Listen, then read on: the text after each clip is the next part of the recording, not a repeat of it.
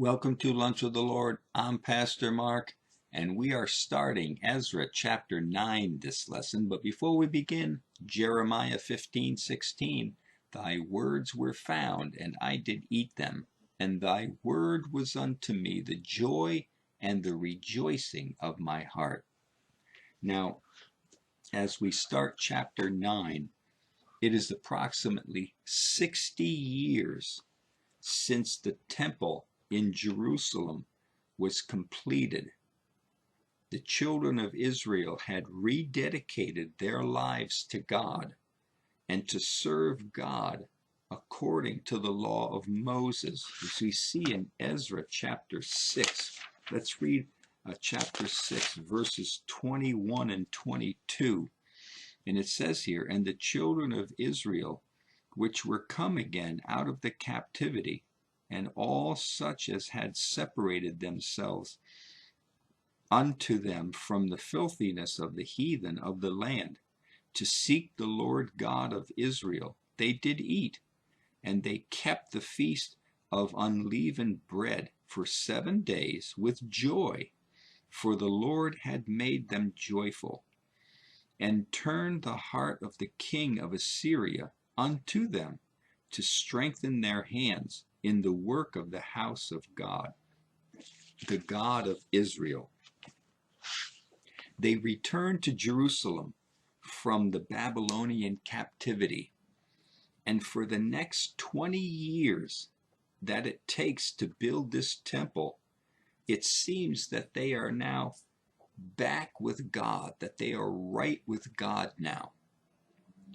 But once the temple is finished, for whatever reason, they settle down and they do not continue to rebuild the rest of the city or its walls. So they come back from 70 years of captivity, 50,000 of them with Zerubbabel. They go back and they build the temple, and they get all excited, and they offer these offerings and sacrifices, and they start keeping the law of God.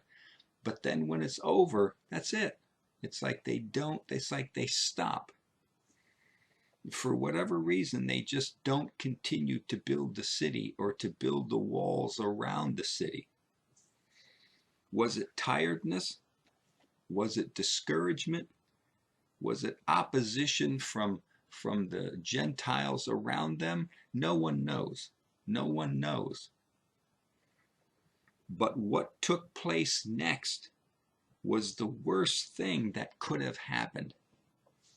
They became comfortable with the Gentile people who were their neighbors, and they began to intermarry with them. Intermarriage with the idolatrous neighbors was something that God forbid them to do again and again. It was this sin that caused their captivity in Babylon. Because why? Because when they intermarried, they would start worshiping their gods. And for hundreds of years, they intermarried with the Gentiles around them. And they started worshiping Molech and Ashtaroth and all these other gods. And this is the reason why God led them into captivity. Their hearts were hardened. They rebelled against God and his prophets and the people that he sent to turn their hearts back to God. And God said, I've had enough. I'm going to send you to Babylon for 70 years. God had sent many prophets and many judgments, but they did not obey. Finally, God sent them into Babylon, into captivity. After 70 years of captivity and 20 years of building the temple, the remnant that had returned to Jerusalem was up to their old tricks of intermarrying again. And for whatever reason, the heart is deceitful above all things, isn't it? Ezra was shocked and filled with grief.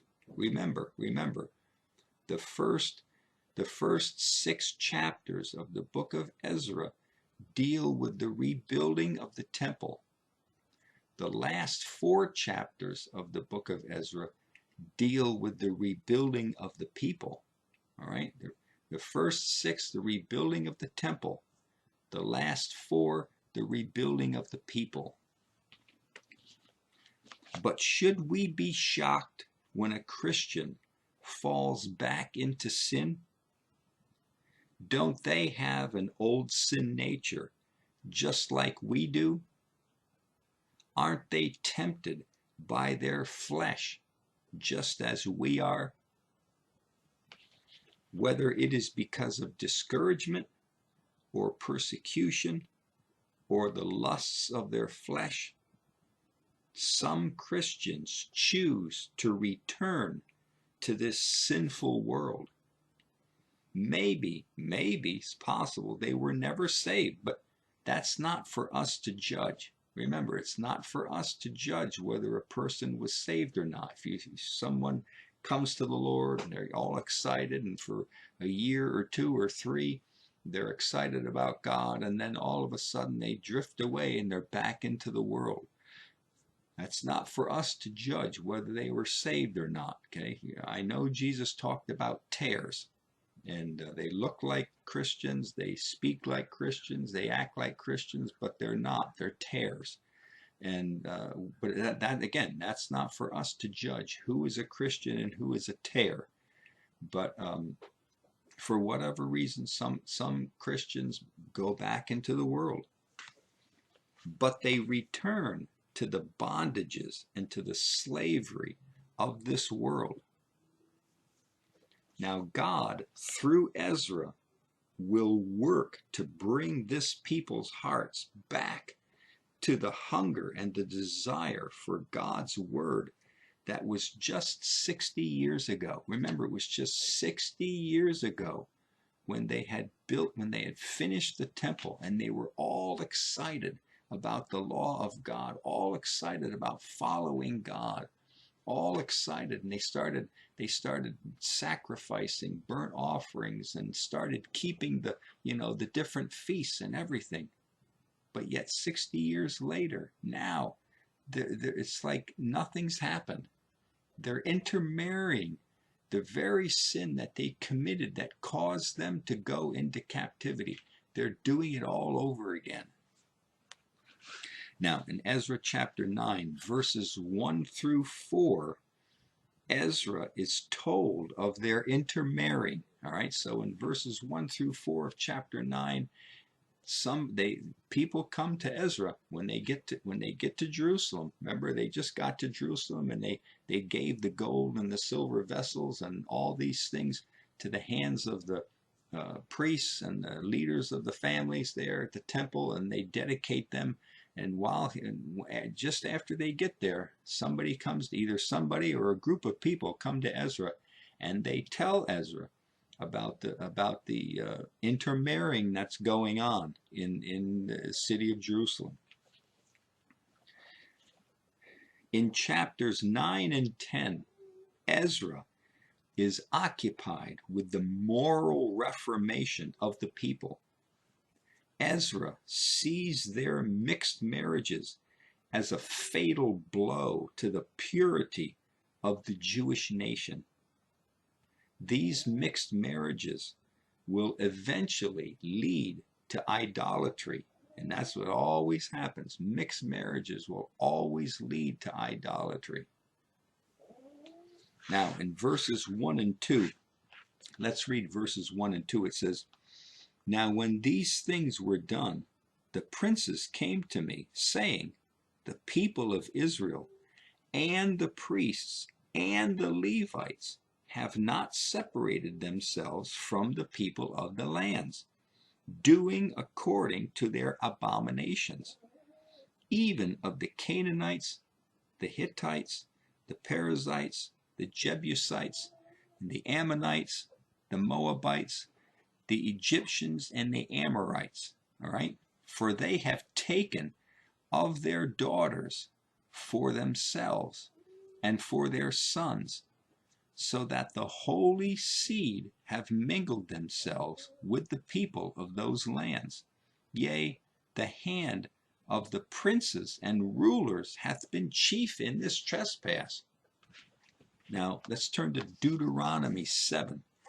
Deuteronomy chapter 7, verses 1 through 4. Let's read it. This is where God prohibits intermarriage. It says here, Deuteronomy 7, 1 through 4 says, when the Lord thy God shall bring you into the land where you're going to possess it, and have cast out many nations before you, the Hittites, the Girgashites, and the Amorites, and the Canaanites, and the Perizzites, and the Hivites, and the Jebusites, 7 nations greater and mightier than you.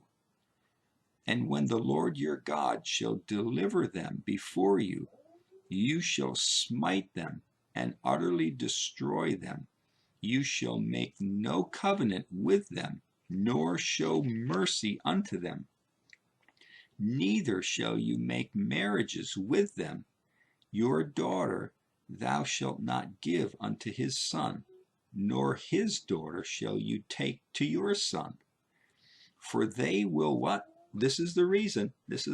For they will turn away your son from following me, that they may serve other gods. So will the anger of the Lord be kindled against you, and destroy you suddenly. The most damaging statement in these first 2 verses of Ezra chapter 9 is the last part of verse 2. It says, the hand of the princes and the rulers have been chief in this trespass. This is the most damaging and hurtful thing, is that it says here that the hand of the princes and the rulers, they were doing it the most. They were the most guilty for doing this. Doesn't it hurt when a pastor or a song leader or a Sunday school teacher or a Bible study leader, right? Or when they give up on church, or they give up on the Bible, and they go back into the deadness of this world, right? Doesn't it hurt when someone you respect or someone you look up to, and whether it's a pastor or whoever it is in your church, in the Christian community, and they fall. We call it, back and then they intermarried with the Gentiles. Today it's intermarrying with the world system. It's going back into the lusts and the pleasures of this world. Satan likes trophies too. Satan likes trophies. Satan loves to take Christian. He can't get them unsaved. But Satan doesn't mind making a fervent Christian ineffective for him by seducing them into this world system again, by dangling, right, the pleasures of this world in front of them, and drawing them back to this world in order to make them ineffectual for God. And not only that, but also to affect other Christians' lives who look up to them. Maybe turn them away by taking away a pastor or a leader, and some Christian leader. Somehow Satan can not only get that leader, but also maybe 2 or 3 or 4 other people in the church. The job that Ezra had was a big job. Marriages have been made.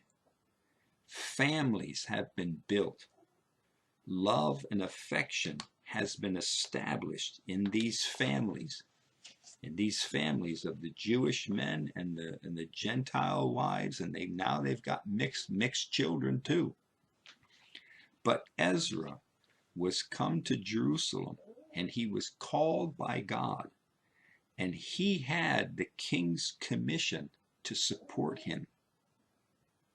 We're going to read Ezra chapter 7, verses 25 and 26. Ezra 7:25 and 26, and it says, "And you, Ezra," this is the king's commission to Ezra of what he's allowed to do when he comes back to Jerusalem. It says, "And you, Ezra, after the wisdom of your God that is in your hand, set magistrates and judges, which may judge all the people that are beyond the river, all such as know the laws of thy God, and teach ye them that know them not. And whosoever will not do the law of your God and the law of the king, let judgment be executed speedily upon him, whether it be unto death, or to banishment, or to confiscation of goods, or to imprisonment." So Ezra had the king's authority to be able to execute judgment upon people for disobeying the law. All right. Now, Ezra was given full support again by the king, by King Artaxerxes, to reform the Jews in Jerusalem and in the surrounding areas. In verse 1, the priests and the Levites should have known the law of Moses and taught the people what was right. It says here in verse 1, it says, that the people of Israel, the priests and the Levites, have not separated themselves from the people of the lands. They should have known. They should have known Deuteronomy chapter 7, verses 1 through 4, which we read. They should have known that, but they didn't. They didn't teach right. And in verse 2, it says the holy seed, they were holy because they have been set apart by God from all other nations. Right? They were set apart. Why were they considered, why were they called the holy seed? Because those people, that nation, the nation of Israel, was set apart by God from all other nations to be his people, his representatives in this world. In 1 Peter chapter 2 and verse 9, let's read 1 Peter chapter 2. 1 Peter chapter 2, verse 9.